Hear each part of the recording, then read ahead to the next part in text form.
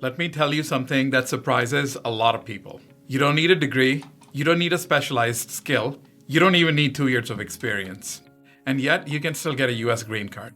Yep, I'm talking about the EB-3 unskilled worker category. And honestly, one of the most life-changing paths in US immigration. Hi everyone, I'm Shariq, the South Asian attorney. I'm licensed to practice law in the US, and I help people worldwide with US immigration law. When people hear the words unskilled worker, they think of something negative. But legally, unskilled simply means the job requires less than 2 years of training. That's it. This category covers jobs like caregivers, hotel staff, janitors, warehouse workers, food service employees, or construction helpers. People who keep America running behind the scenes. And here's the key. These jobs may not require a degree, but the green card you get is exactly the same. If you've noticed hotels struggling, restaurants short-staffed, or nursing homes always hiring, there's a reason. The US has had a massive labor shortage, especially in hospitality, caregiving, and food production. And when employers can't find enough US workers, many turn to the EB-3 unskilled category. And because the requirements are simple, like no degree, no professional certifications, no advanced experience, this has become one of the most accessible ways to get a green card, especially for people who don't fit into the H-1B, O-1, or L-1 categories.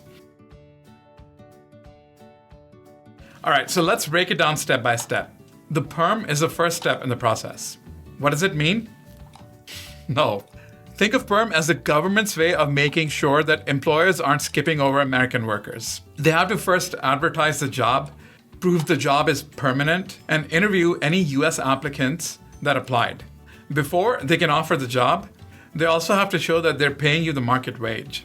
This process has to be done, it takes months, and it cannot be rushed. Once the perm is approved, the employer files the I-140. What is that? It's an application to prove that you qualify for the job, and the employer can actually pay you the wage. Once the I-140 is approved, the next big step is the green card interview. And depending on where you are, this happens in one of two ways. If you're outside the US, you'll go through consular processing, which means you complete the DS-260 and attend an interview at a US embassy or consulate in your home country. If you're already inside the US, you can apply for adjustment of status and go through your interview here in the US. But here's the catch, you can't move forward with the process until it's your turn to apply. And sometimes it takes a long time before you can move forward to the next stage. All right, so when your date finally becomes current, you apply for the green card. You go and attend the interview, and if it's approved, you become a US permanent resident. That's the EB-3 unskilled worker process in a nutshell. What it is, how it works, and what you need to watch out for. Again, I'm Sharaque, the South Asian attorney, and I'll see you next time.